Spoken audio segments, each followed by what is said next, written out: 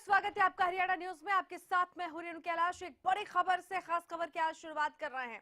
बड़ी खबर है, सचिवालय परिसर में इलाज के दौरान एक व्यक्ति की मौत हो गई है। इसने सचिवालय परिसर में जहर खाया था। खरखौदा पुलिस पर इसने गंभीर आरोप लगाए थे। अब इलाज के दौरान इस व्यक्ति की मौत हो गई है। नाबालिग बेटी के साथ कई बार रेप के आरोप इसने एक शख्स पर लगाए, लेकिन इसे न्याय नहीं मिला, जिसके बाद इसने सचिवालय परिसर में जहर खा लिया और इलाज के दौरान इस शख्स की मौत हो गई।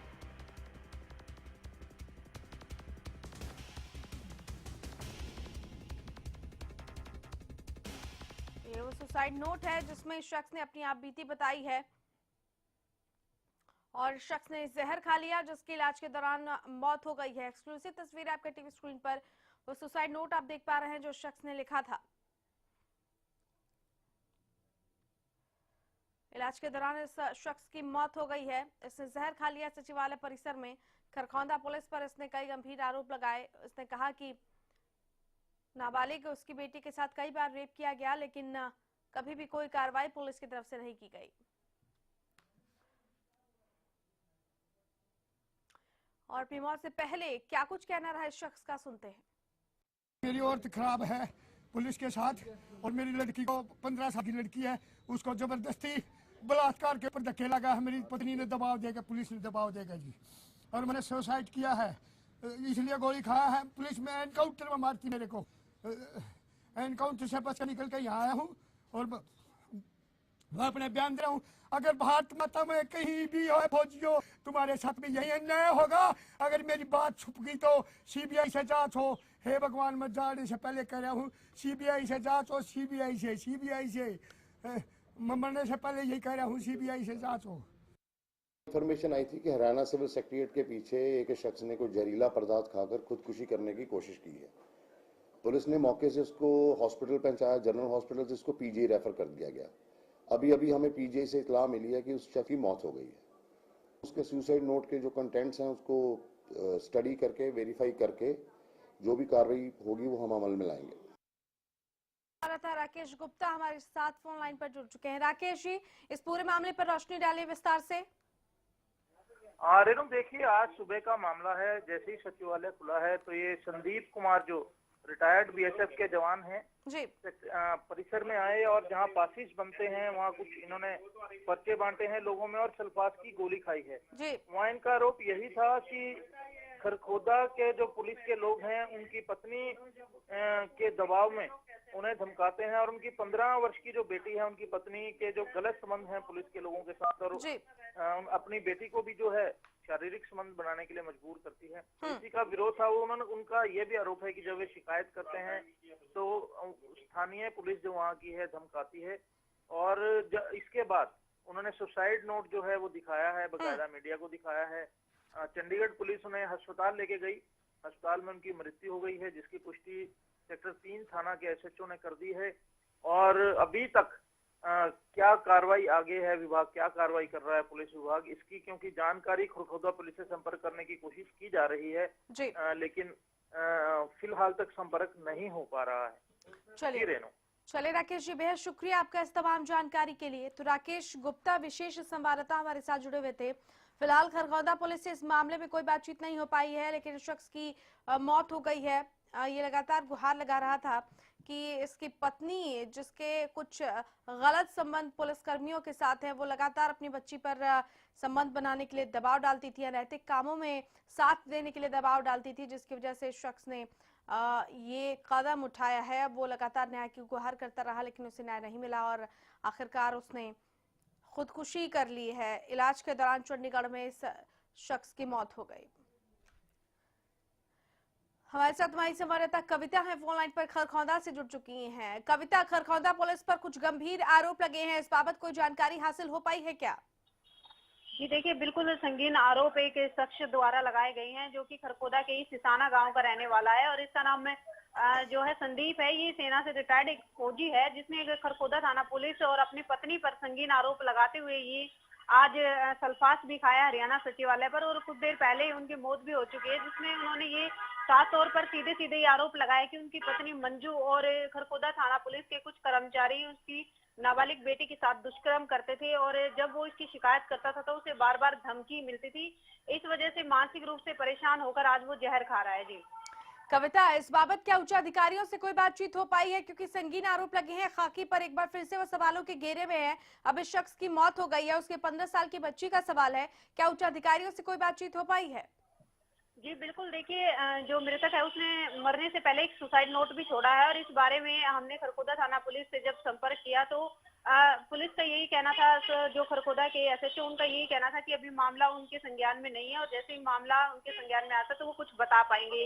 यानी साफ तौर पर पुलिस भी इस मामले पर कुछ नहीं कह रही है। हालांकि अभी जो पुलिस के बड़े अधिकारी हैं उनका जो बयान है वो अभी मीडिया के सामने नहीं आया है। चलिए कविता, बेहद शुक्रिया आपका इस तमाम जानकारी के लिए। तो अभी पुलिस के उच्च अधिकारियों का कोई बयान सामने नहीं आया, लेकिन इस प्रदेश में ये देखिए कि क्या हो रहा है। एक शख्स ने जहर खा लिया अपनी मासूम बच्ची की सुरक्षा के लिए, लेकिन उसकी सुरक्षा नहीं हो पाई और खुद इस शख्स की जान चली गई।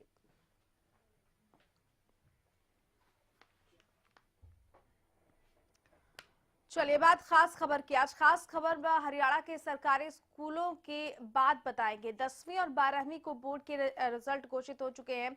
आधे से ज्यादा छात्र इन परीक्षाओं में पास नहीं हो सके हैं और अधिकतर सरकारी स्कूलों के बच्चे पिछड़ते हुए दिखे। सरकारी स्कूलों में क्यों नहीं सुधरता शिक्षा का स्तर, इसके लिए सरकार ने कार्रवाई का ऐलान किया। 22 जनवरी को एक बैठक बुलाई गई जो बेनतीजा रही, यानी पहले छात्र फेल, फिर बैठक फेल और बैठक में अध्यापकों ने कहा कि सिस्टम फेल। लेकिन इस तमाम प्रकरण के बीच सूबे के स्वास्थ्य मंत्री अनिल विज ने सरकारी स्कूलों की नाकामी के लिए सरकारों को जिम्मेदार ठहराया है।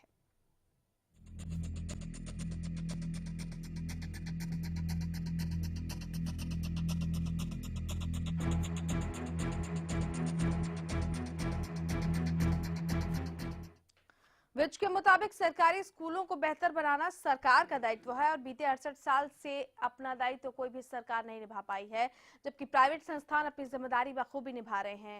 ये बात कैथल में स्वास्थ्य मंत्री ने प्राइवेट स्कूल एसोसिएशन के समारोह के दौरान कही। अपने इस बयान के साथ विज ने तमाम सरकारी कोशिशों को धता बताया है, क्योंकि बीते 1.5 साल में सूबे की खट्टर सरकार भी ऐसा कोई करिश्माई कदम नहीं उठा सकी जिससे सरकारी स्कूलों के स्तर में सुधार लाया जा सके।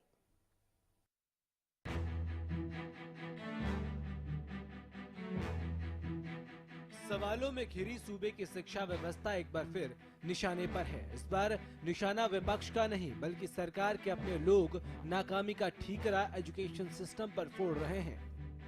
सरकार जहां शिक्षा के स्तर में सुधार लाने के लिए खराब रिजल्ट देने वाले अध्यापकों को जिम्मेदार मानती है, तो वहीं स्वास्थ्य मंत्री अनिल विज एजुकेशन सिस्टम की नाकामी के लिए सरकारों को जिम्मेदार ठहरा रहे हैं।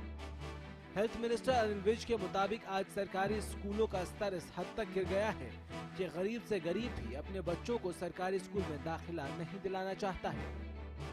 शिक्षा देने का दायित्व सरकार का है,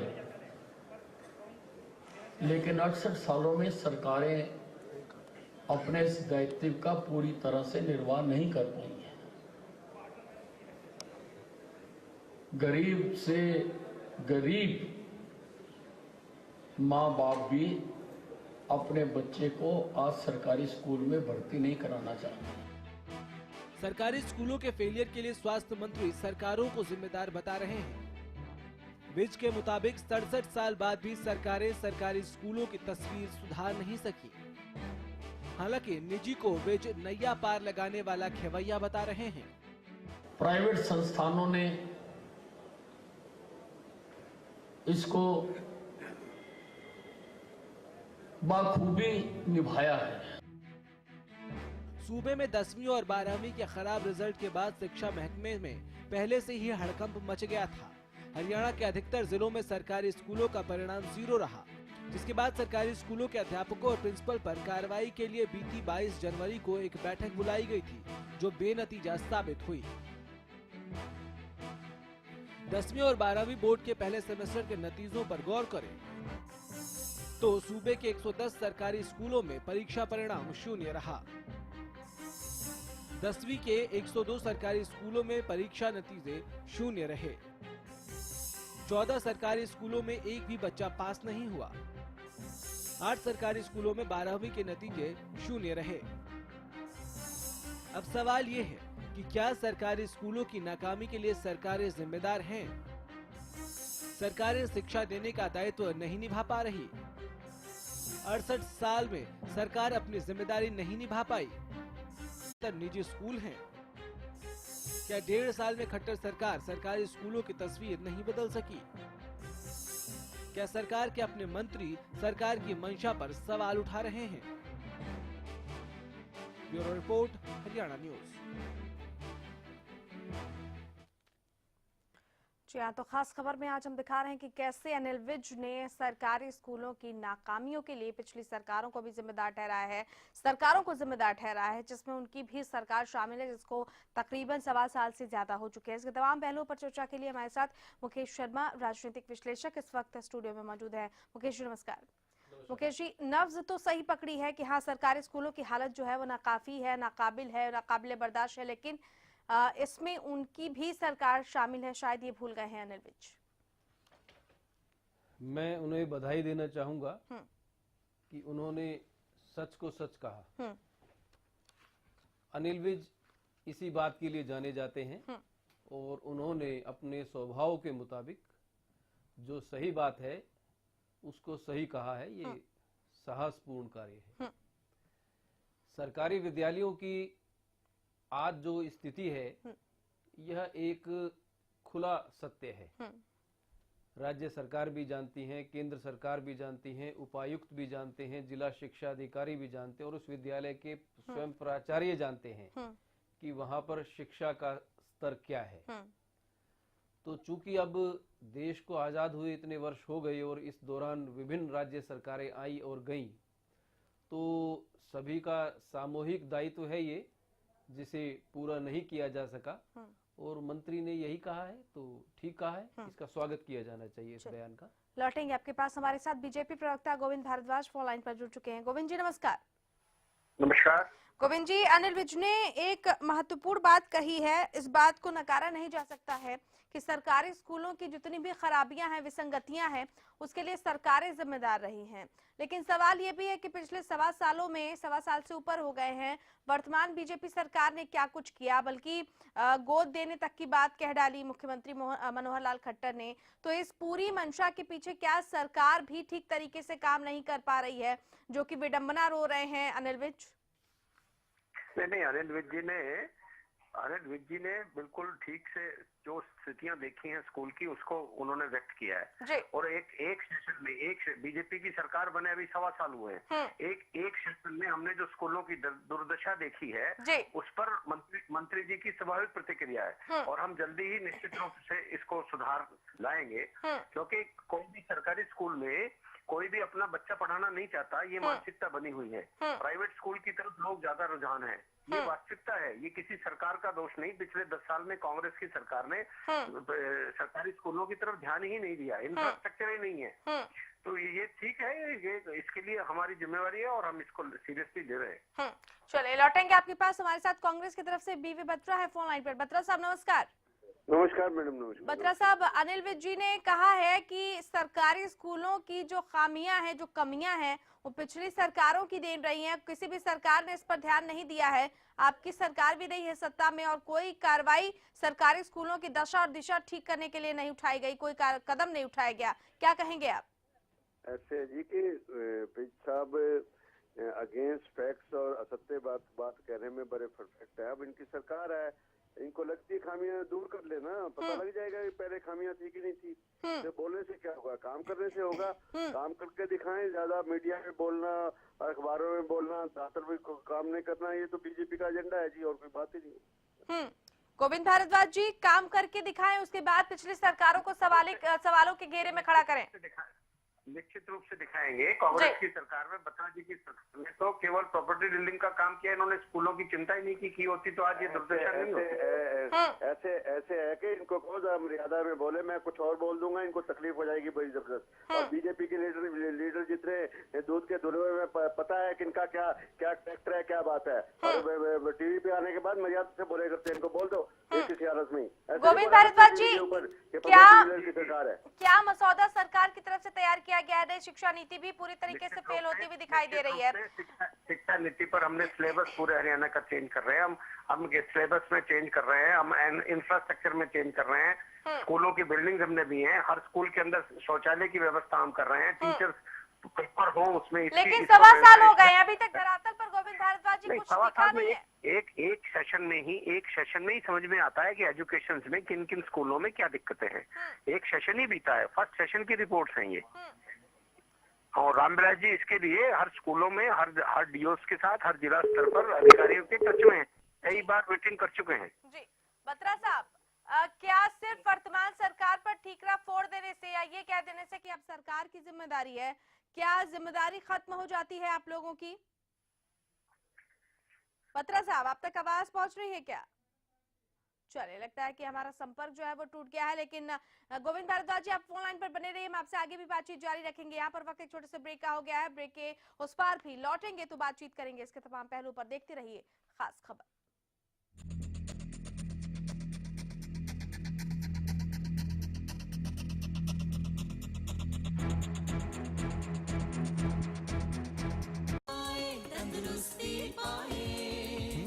हरियाणा फ्रेश एग मार्क शुद्ध घी, स्वाद घर के घी जैसा। हरियाणा फ्रेश शुद्ध घी।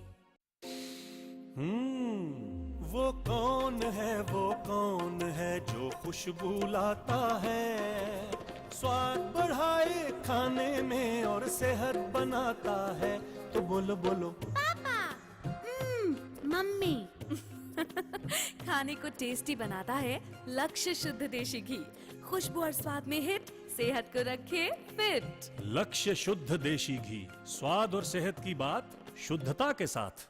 फसलों पर स्प्रे के दुष्प्रभाव ने पशुओं के थनों में सूजन, गांठ, एक थन का सो जाना, खून आना व दूध कम हो जाना आदि बहुत सी बीमारियों को जन्म दे दिया है। इसलिए मैं आपको ये सलाह देना चाहता हूँ कि आप अपने सभी पशुओं के हर ब्यांत पर सोमधारा योग का एक कोर्स जरूर करवाएं। बस अब और नहीं। गुरबाज एग्रीकल्चर वर्क्स पेश करते हैं भारत सरकार द्वारा मान्यता प्राप्त प्रचलित रीपरों के मुकाबले ज्यादा चलने वाला, समय और डीजल की बचत वाला गुरबाज स्ट्रॉ रीपर।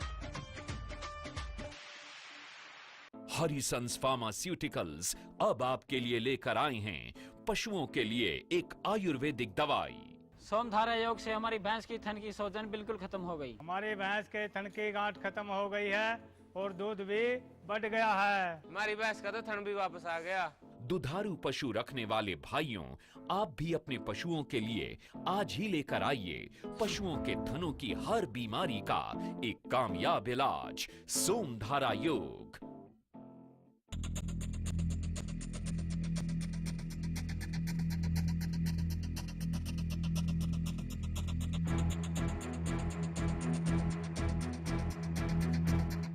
सरकारी नहीं लाभकारी की बात कर रही हैं, ये बात खुद कही है सूबे के स्वास्थ्य मंत्री अनिल विज ने, जिन्होंने कहा है कि सरकारी स्कूलों की हालत सरकारों की वजह से अभी तक ठीक नहीं हो पाई है। उनकी सरकार को भी 1.25 साल हो चुके हैं और अभी तक कोई लाभकारी नतीजा उनकी सरकार की नई शिक्षा नीति के चलते भी दिखाई नहीं दिया है। हमारे साथ मुकेश शर्मा है, राजनीतिक विश्लेषक, लगातार स्टूडियो में मौजूद हैं।